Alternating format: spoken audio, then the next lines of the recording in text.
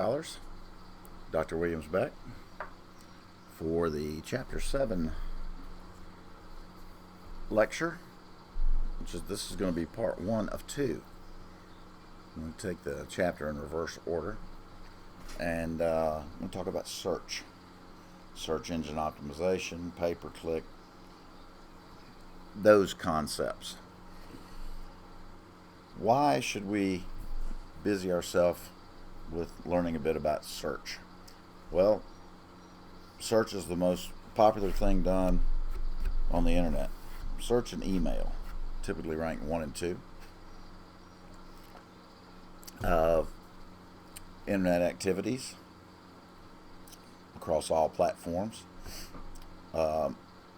Everybody uses search every day. So you want to understand how it works, especially when we're talking about with respect to social media marketing or digital marketing at all. So that's what we're going to do. Everybody uses search. Everybody uses a computer. I say everybody, but I'm going to stick with everybody. There might be some small subset that doesn't. Here's just a few stats on search. 92% of users have used search. That may be higher now than when I got these numbers. About a third of us use search daily. I would guess probably everybody that's listening to this might be closer to 80 or 90%. The youth and the aged use search. Everybody uses search. All races and ethnicities search. Everybody's looking for something, shopping or just information. College educated are more likely to search. They're more likely to have some information about what they're looking for, be interested in more different things.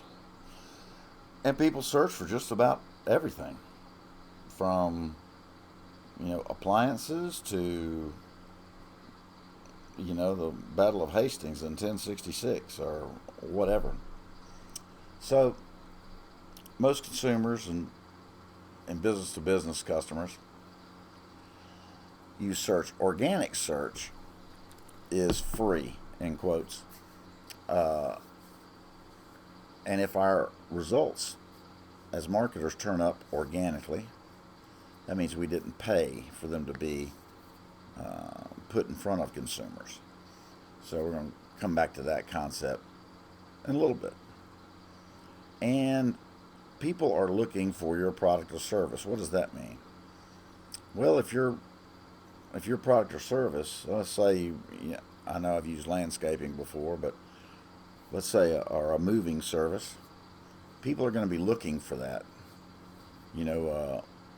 moving services. Make it easy for them. Don't make them have to track you down and go through all sorts of gyrations to find you, because, as we'll talk about in a minute, they won't put that much time into it. So you want it to be somewhere it's easy to find. Again, we'll touch on that in a minute.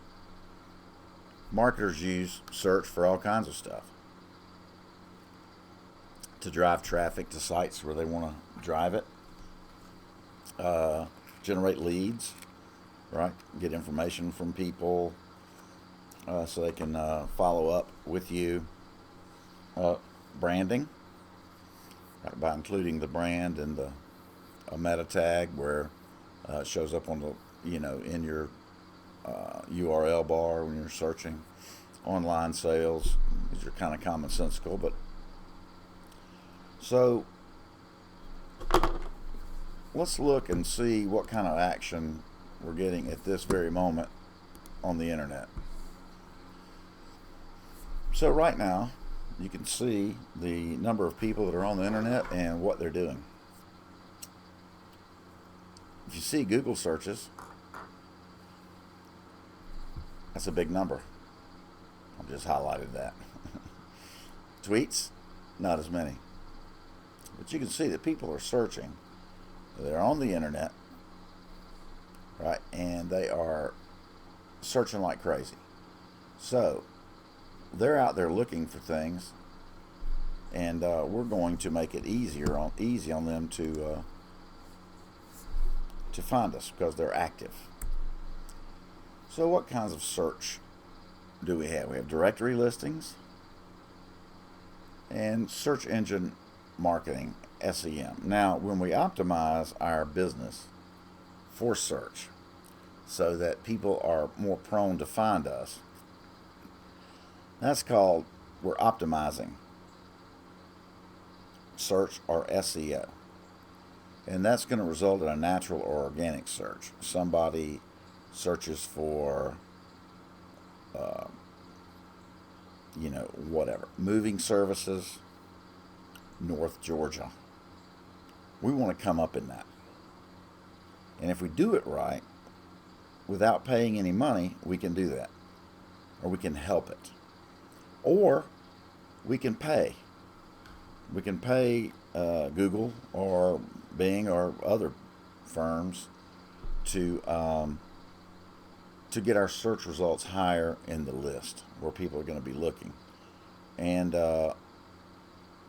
if somebody clicks on it, then my moving firm, then we'll pay Google a couple of pennies for that because they generated that click for us. Okay, we'll talk about which is better, but let's talk about how they're different.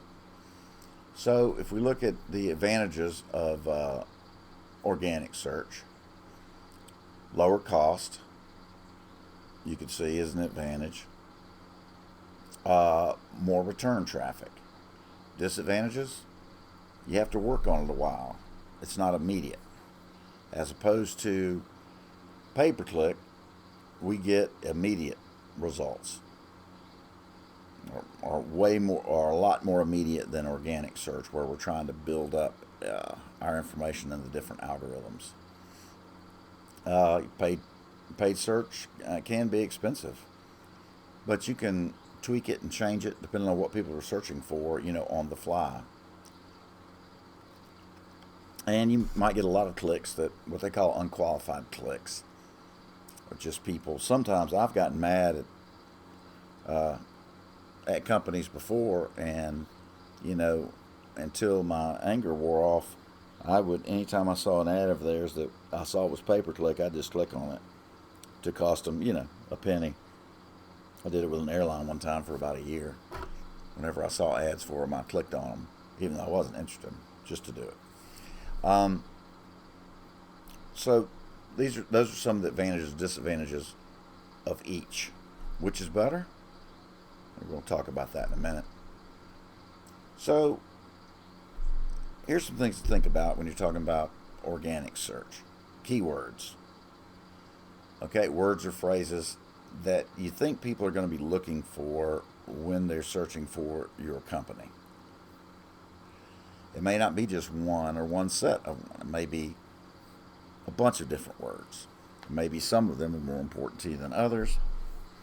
So if you're paying for it, you want to concentrate on those you think will get most bang for the buck. If it's organic, you might want to work on the more important ones first, and then what you think might be least important or salient out of that group last. Meta tags or meta elements, that's something you put in the HTML code for your website or your blog. It's a little more in the weeds, but as you search, you can see that. Algorithms, which is the way Google and Bing, DuckDuckGo, whatever, that's their best guess as to what you're looking for. Right? That's their algorithms. So you have to kind of know how they work so you can gear your keywords and your SEO toward those. And a title tag. That's the title in the blue bar of the web page, which if you develop a web page, even if you did it yourself with a do-it-yourself, there's going to be they're going to encourage you to enter that information in, which also helps with the search. So how does it work? If we start at the top with the query, we type in whatever we're looking for. That's our user-initiated search term. And then it sends that to the web server, and the web server sends the query to an index server. Now, index servers store information that they've already collected and categorized. Sports, landscaping, moving, whatever. How did they get this information? Because they have spiders that crawl websites all the time. Okay? Links to that website, links from that website, they bring all that information back to the web server. So, and they make all these categories so they can pop up search results pretty quick.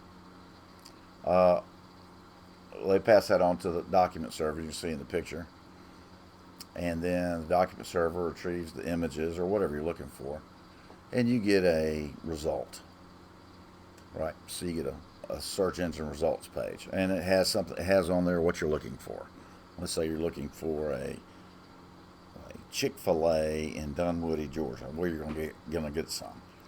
Let's say that you weren't that specific with your search, and you get some items. You go, that's not really what I'm looking for. Then you'll initiate another query. You might fine-tune that down. So let me search on this string. So that's typically how it works.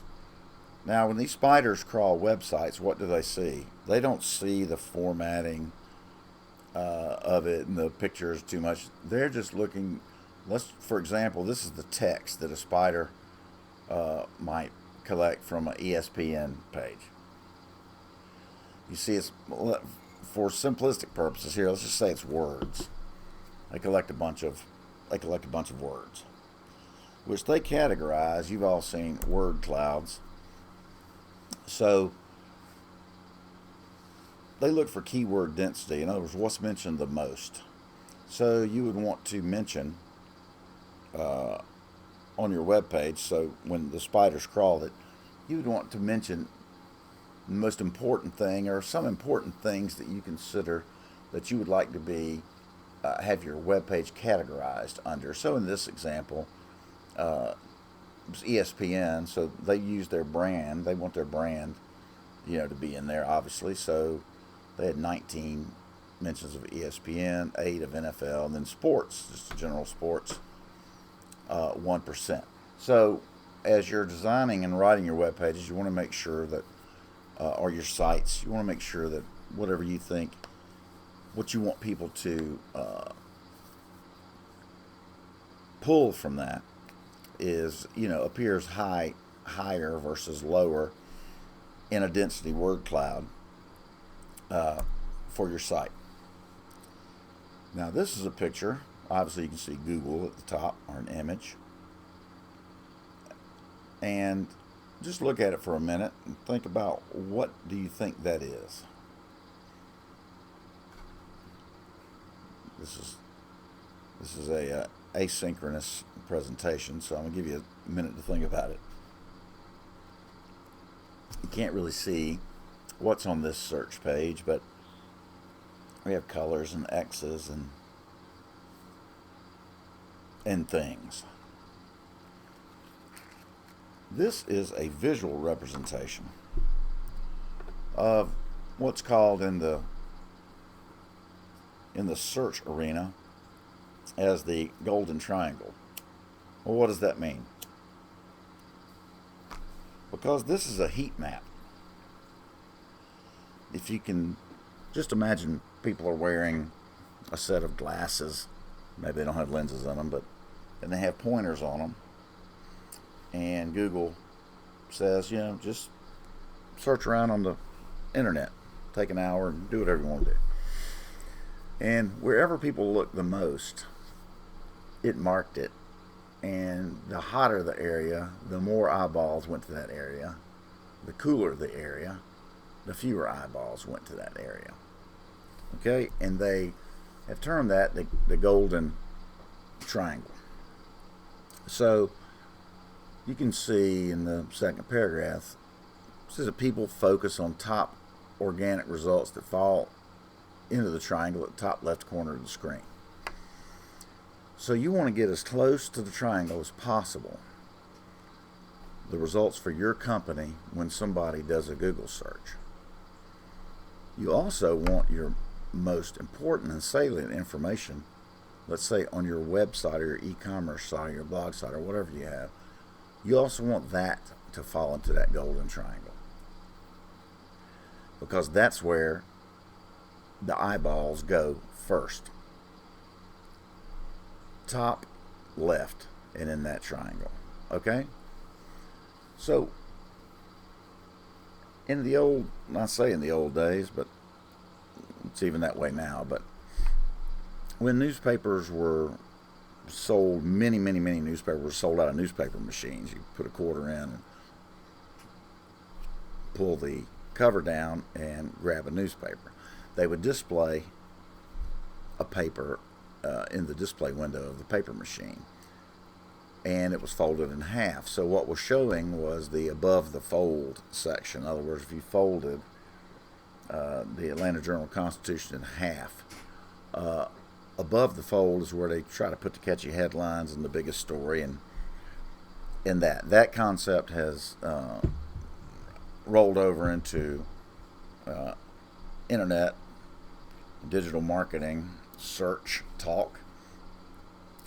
If you can imagine a website, you Google, when you get a list of Google results, 80% of the people spend their time above the fold. In other words, before scrolling down to see what's on the next page of search results. So what does that mean for if our company's search?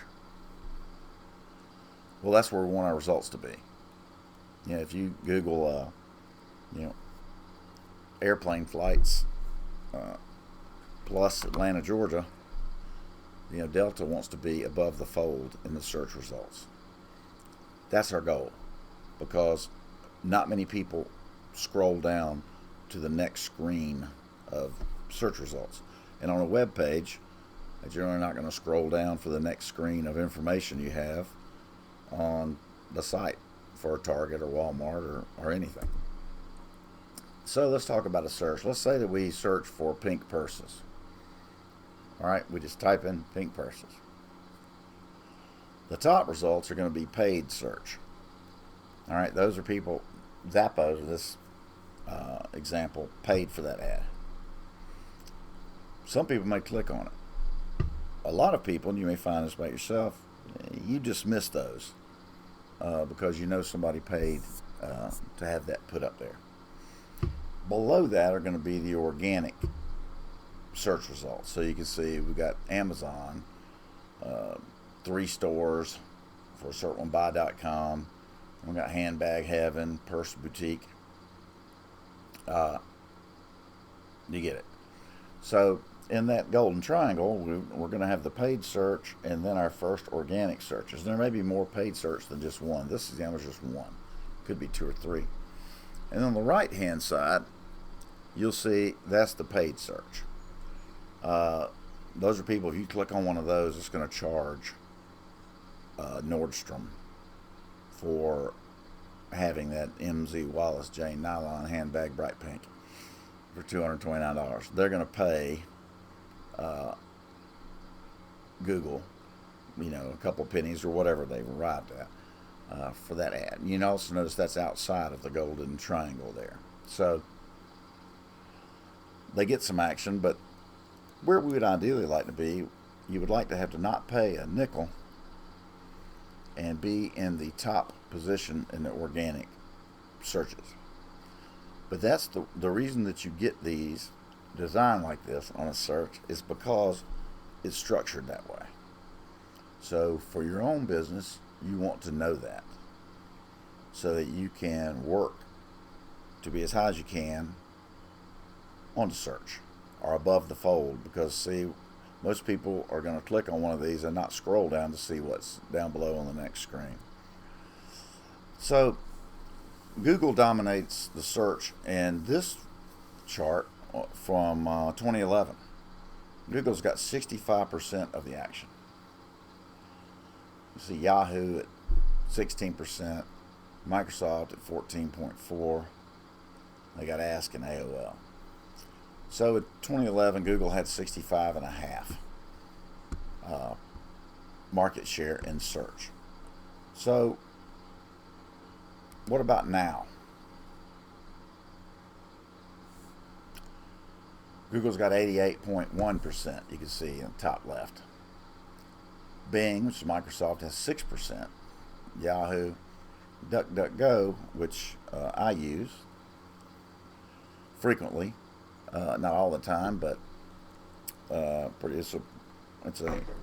like it. It's a new search that where they're not able to track you. Anyway, I'm sure some of y'all are familiar with it. But anyway, you can see, so Google has increased,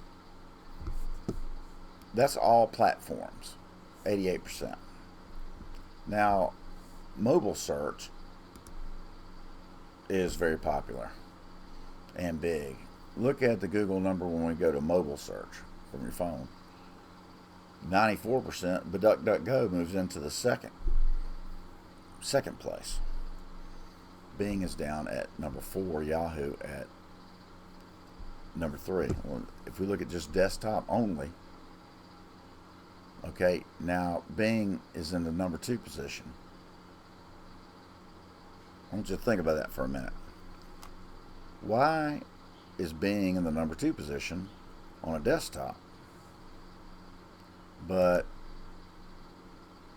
on mobile platforms on your phone, it's in 4th position at 1%?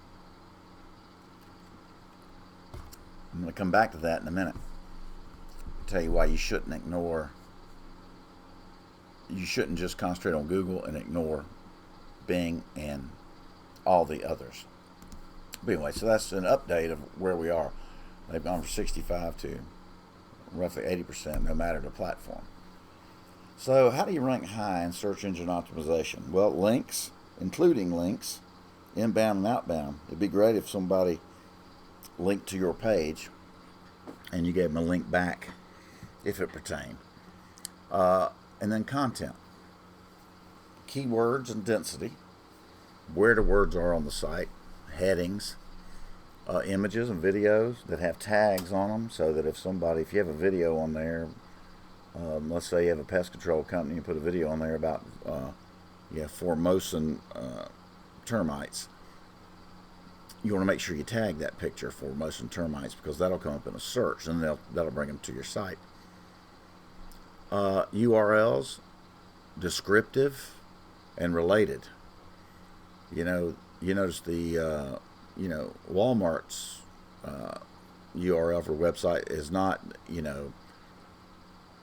WAMT123.com. It's Walmart.com, right? Easy to remember, easy to type, and they made sure they bought those domains when they started. Also, the older it is and the more action it gets, it's going to help you in your search engine optimization.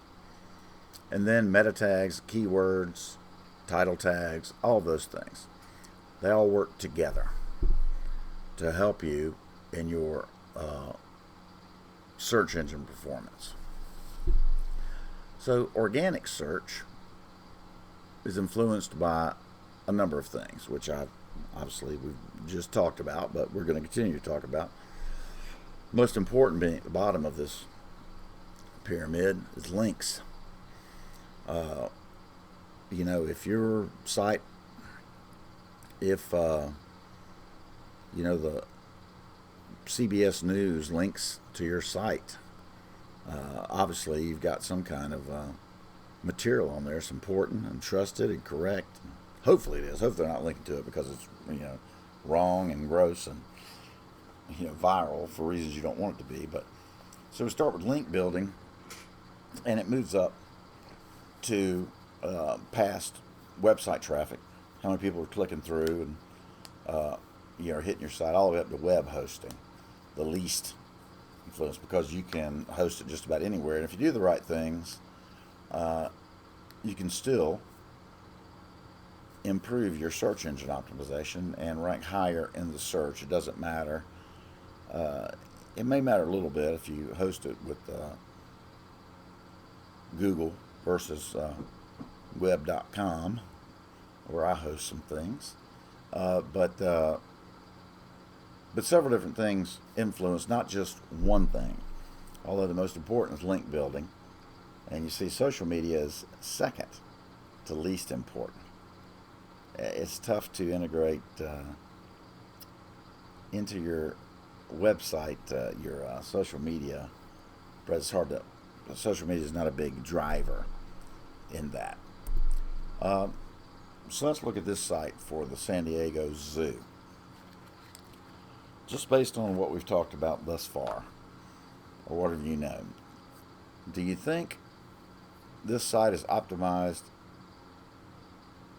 the best it can be for search?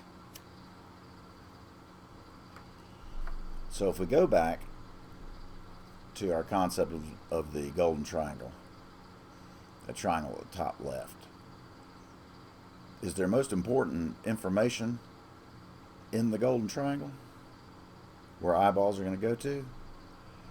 Well, they have a special event listed there, but I would say no, not perfectly. Also, it's very busy. Where do they want me to go? What's the most important thing that San Diego Zoo wants me to do? Come, I guess, attend. So, tickets is top left on the bar, but it's very busy. Tons of pictures, and so I would say, it's not a 10 out of 10. It's not a 1 out of 1. But it could be better. And we don't know all the underlying verbs they have on there, but it's just very, very busy, and or it looks like it's kind of slapdash. People just put stuff on there. And oftentimes, the more stuff you put is not helpful. It can just be confusing. So, let's talk about planning an organic search campaign.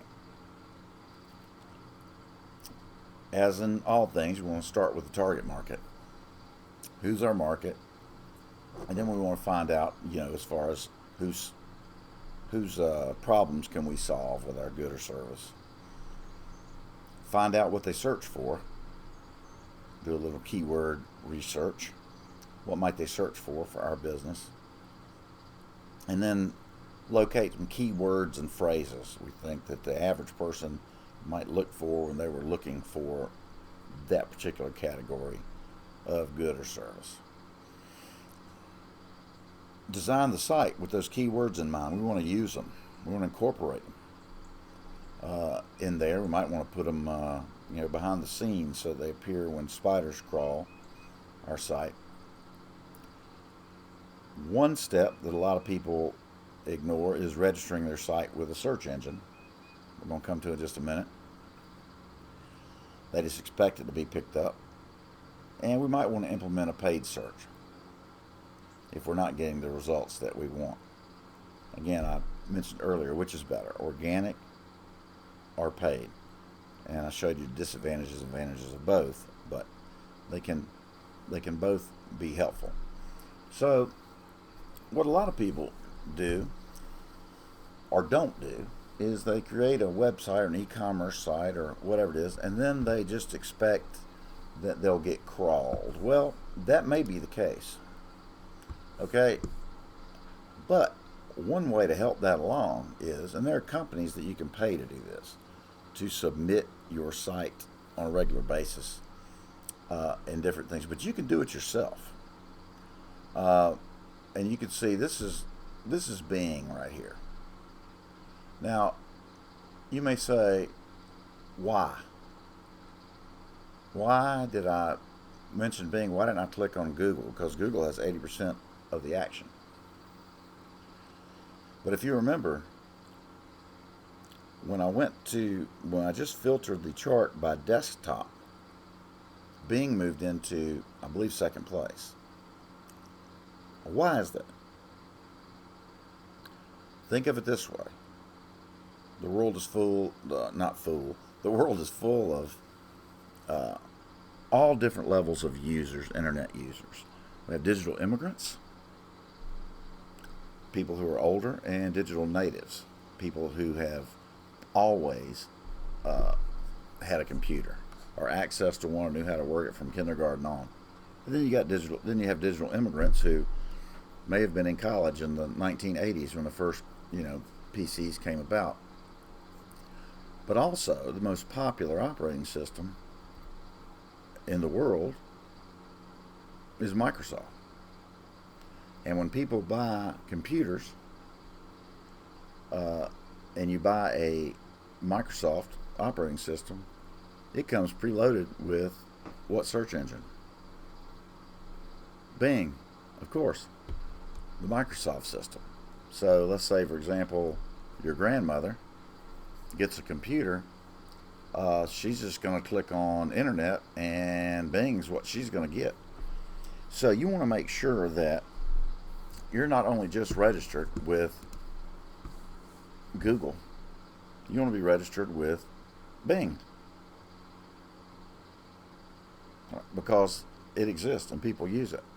There's links on here. You can click on it when I post the PowerPoint. But register your site and set yourself a reminder. Once a quarter, go in and tell them about your site again, to make sure it'll get crawled, because that's how you get higher in search results. So which is better, organic or paid? Well, you can use them together. If you could rank number one in the search results just through organic searching, and the website's crawled your site, and you had the right things and people were looking for it, and you had people were linking to your site, and that's great. It wouldn't cost you a nickel. You may want to use some paid pay-per-click or paid advertising as well, if you aren't getting the results you need. But I would say, if you're going to use if you're going to use a paid campaign, or you're going to pay someone to help you along, concentrate on that last bullet and hire a professional. You can waste a lot of money as an amateur with Google AdWords and AdSense and various other things. I would suggest you hire a professional, because I've seen professionals really make that work well, whereas an amateur or somebody who's new to it, they might spend the same amount of money and get nothing. So if you're going to use a paid search, narrow down your keywords, determine traffic and cost, all these top bullets. 7 bullets would be, if you're I'm going to use an amateur, if you want to do it yourself, you could do that. And you might want to try it. But I would say hire a professional that does it for a living. That would be the best thing to do. So you want to match the ad on the objective, right? So you can see a broad match has where you have sale purse equals purse sale. Either way, however they put it in, they're going to get an ad. You can have an exact match, pink and purple purses, and that'll trigger an ad. Or pink and purple alligator purses, or whatever. If that's a phrase match, exact match, you can see in this example, pink purse will trigger an ad, but not pink purse store. That's not going to show up. And then the negative match that I'm sure you're all familiar with. Put a minus sign, and I want to see everything, but I don't want to see something that says, say you're looking for jeans, so you don't want anything that says dungarees. That might be some sort of jean you don't want. So jean with a J. So you can see that the ads are different, top and side ads. This is just an example of what you're looking for. So you can see we've got pink purses at Macy's, pink purse, Zappos, handbags at Nordstrom.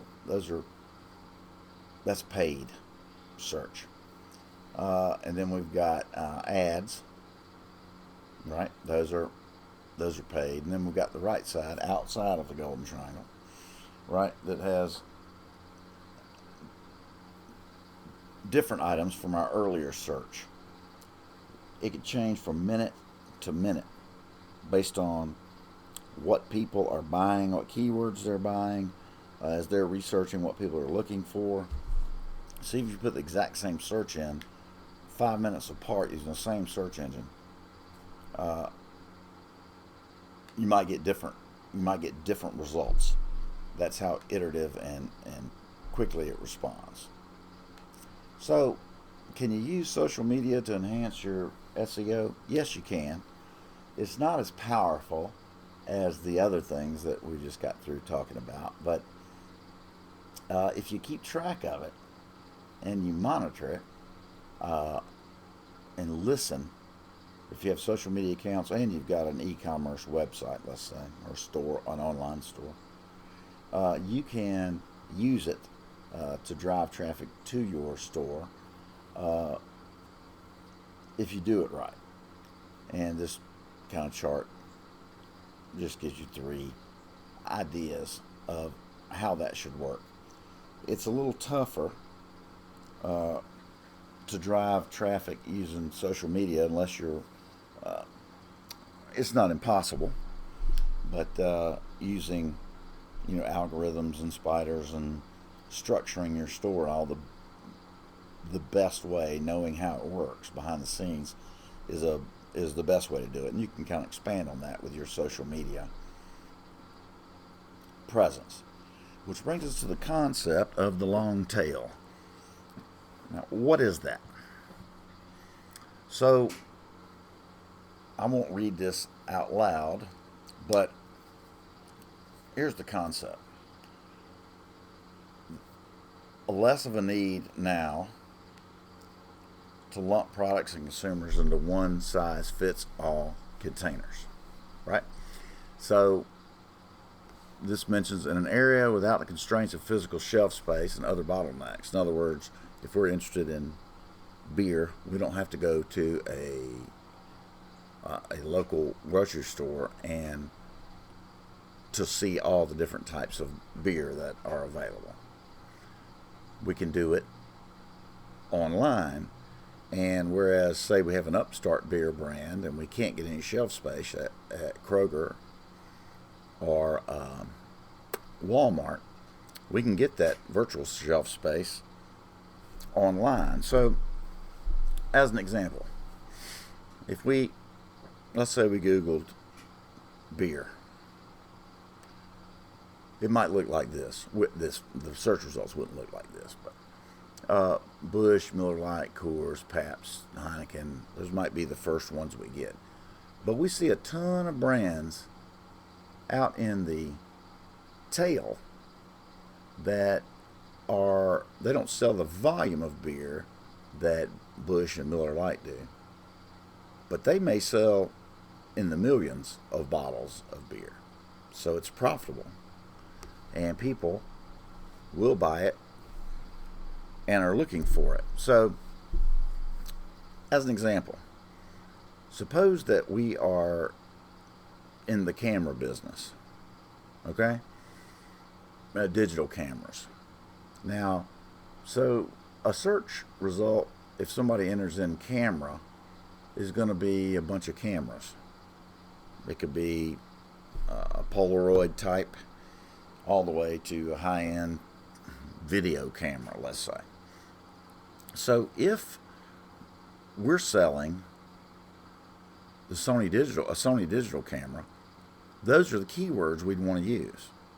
Because if somebody is looking for a Sony digital camera, 7.1 megapixel with 3 times optical zoom, hopefully they'll be looking for something a little better than that. If they type that in and they get a hit from your firm, their chances of purchasing are a lot higher than someone who just typed in camera, who's just looking at cameras. And you can see how that filters down: camera versus digital camera versus Sony digital camera versus Sony CyberShot, digital camera. So if we are selling those keywords, they're not. They're more specific than, I'm going back to the prior example of beer. But think of this: if somebody typed in Georgia, micro brew, Hefeweizen, or whatever kind of beer they're looking for. It's important to include those keywords because chances of converting that person are going to be much higher than the person who just Googles where can I buy beer. Thus, that's the concept of the long tail keyword. So, to wrap up, search engine marketing, we got SEO or organic, and then we've got paid search. Which is better? Organic's cheaper than paid search, but paid search can get you some things that organic can't. And you can try it on your own. My suggestion is to hire a professional. Algorithms are critical in a natural or organic search. So it's good to know how they work, which I've given kind of an overview here. You want to make sure your web pages are designed to help the algorithms and spiders find and get the right and relevant stuff that you want them to. Don't ignore social media, but don't expect that to drive a ton of your web traffic. Let's say it can hurt. It's not going to help a ton. It will help. It is helpful though, and without any, you should have a social media presence in addition to, website or online store presence. So they work together. And you can't just set up all of your keywords and your SEO strategies and go, okay, that's good. We'll revisit that next year. You need to listen, pay attention, research, and update them on a regular basis because it's never done. People always, search tendencies always change. What people are looking for always change.